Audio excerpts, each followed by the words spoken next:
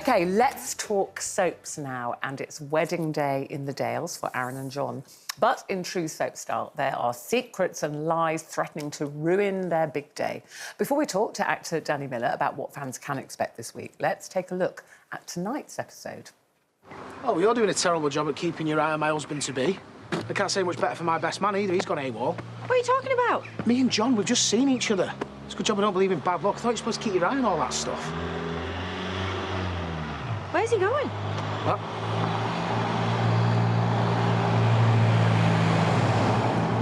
Who was that in the van with him?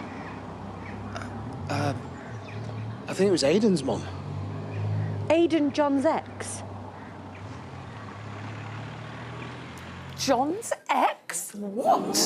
I know, woo indeed. Well, Danny Miller is joining us live from Emmerdale Village. There he is. Good morning, or afternoon, should I say, Danny. The wedding in question... Good morning. Oh, good afternoon, yeah. Yeah, good afternoon. Wedding in question taking place this week. Hopefully, will Aaron get his happily ever after? That is the big question. Well, I mean, it's a typical soap wedding, effectively. We always like to put in a bit of surprises here and there. But I think what's interesting about this particular wedding episode is we've shot it away from kind of the soap format, and Richard Lynn, who's the director of the episode, is just amazing at his job. He's just fantastic at doing what he's doing, and he's made an incredible job of this fantastic sort of idea that it's all from John's imagination and what could go wrong and what John's imagining, and then snapping back into real time. So there was a lot of need and necessity to being directed by Richard throughout, and we trusted him, and it's brilliant. Ollie Farnworth, who plays John Sugden, delivers another amazing performance. There's a few surprises along the way, so I'm looking forward to seeing what people think of it this week. And Danny, rumour has it that Robert will be returning, who is your character's ex, but your husband-to-be's brother. Am I right in that? And that together you were called Rob Ron. Is there likely to be a Rob Ron... Rerun. A Rob Ron rerun. Yeah, to do Ron. It's so weird. It's so weird because the line's just gone down as you've asked that question. How odd is that? Now, look. I have to say this. You know, we're merely pawns in a massive chess set here at Emmerdale. We're actors, and what I will say is that there are some surprises. Whether that happens or not, I don't know. But certainly, what I can say is that originally, when this idea was pitched and thought about, Robert, whoever that is, wasn't part of the plan. But you know, you'll just have to wait and see. That's the idea of me being here. Otherwise, it would be boring if I told you either way. But I can't remember. Oh, nice. OK, so it's obvious this storyline's so complicated you're totally confused yourself. So in the past, some of your storylines have been so tough. Not only must they have been quite hard to film, what were the viewers' reactions to them? What kind of feedback have you had over the years? I mean, I'm very, very lucky with my character because he's so sort of loyal and grounded, and you know, sort of hurt by so many things in his life that, you know, I kind of guess I relate a lot, or my character relates a lot to the audience, and it's helped sort of educate people and sort of reassure people that, you know, these things do go on in real life. We have to remember, of course, it's fictional, it's soap, but we try to portray an honest and true sort of performance and storyline that sort of help make people aware of these things that are going on in the world, and also not those that are going through it, for them to not sort of feel like they're on their own.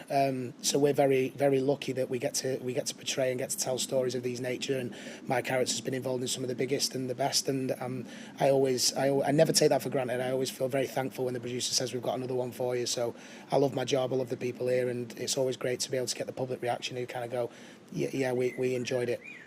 And Danny, if I can talk about another relationship on a more personal level, your dad, Vince, and I go back many, many years. Believe you me, back in the drinking days.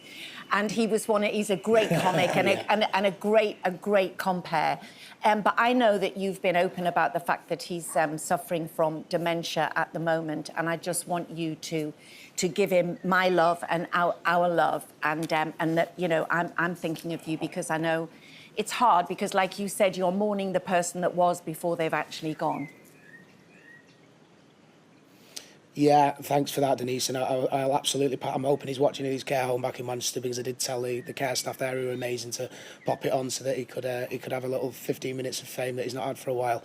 But yeah, he's a massive fan of you, Denise, and he always has been. And I know we've met on many occasions. But yeah, my dad is the reason I'm in this business. The truth of the matter is I've lost my dad, and that's hard for me to excuse me, that's hard for me to cope with, because I really, really miss him. I really miss picking up the phone to him. It's just not possible anymore.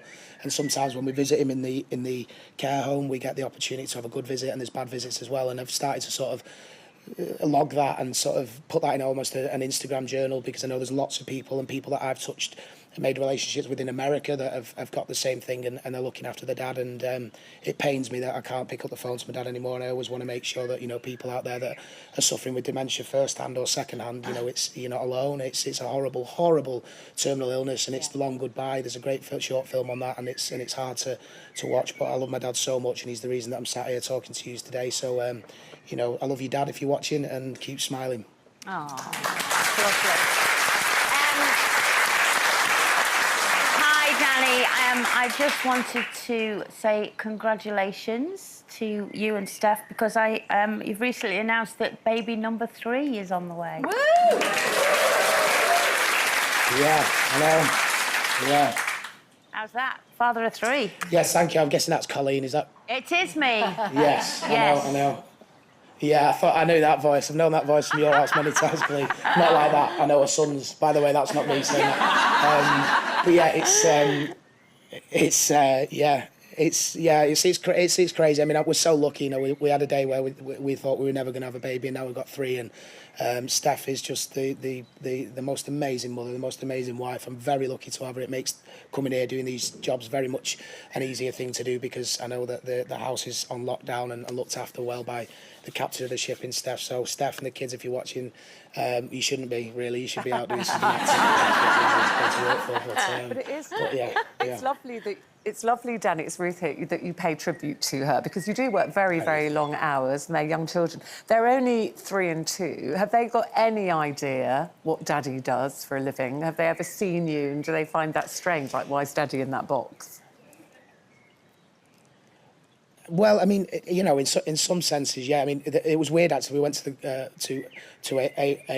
superstore, shall we say, yesterday, and there was magazines all over, and they were spotting me on all of them because of the wedding this week and stuff, which was really surreal, because it's the first time they go, oh, Dad. But I tend not to let them watch the Emmerdale. I mean, one, because it's on too late for them, because they should be in bed, but also it might just be a bit confusing that I'm not kissing mummy, but I'm kissing another man. But certainly the other side of it is actually that, you know, my character tends to be in a lot of fights and stuff, and I just don't want them to see that, because I don't want them to think I'm that kind of person. I don't want them to say that's what you do when you go to these classes, is punch somebody because you think it's, you know, you don't like their opinion, which is what Aaron seems to do a lot. Well, listen, we love watching his story. We hope he does get his happy ever after. But, you know, Thank you. Soap Weddings, we're waiting for the drama. It's on all this week. When 7:30, ITV1 and then ITVX. Danny, thank you so much, and I love to all the cast up there at Emmerdale. Can I just quickly say, sorry? Yeah. Can I just quickly say, sorry if you've got time, I think this was probably the point where I should say, please go and vote for me and everyone at Emmerdale for the NCAs, but I just wanted to send as a fellow Liverpool supporter all the love and support, of all the victims of yesterday's tragedy in Liverpool, sending all my love and support, and I hope everyone's safe and sound. All my love, thank you. Absolutely. Danny, thank you so much. Thank you very much. It's lovely to talk to you, and we'll see you again very soon. See you.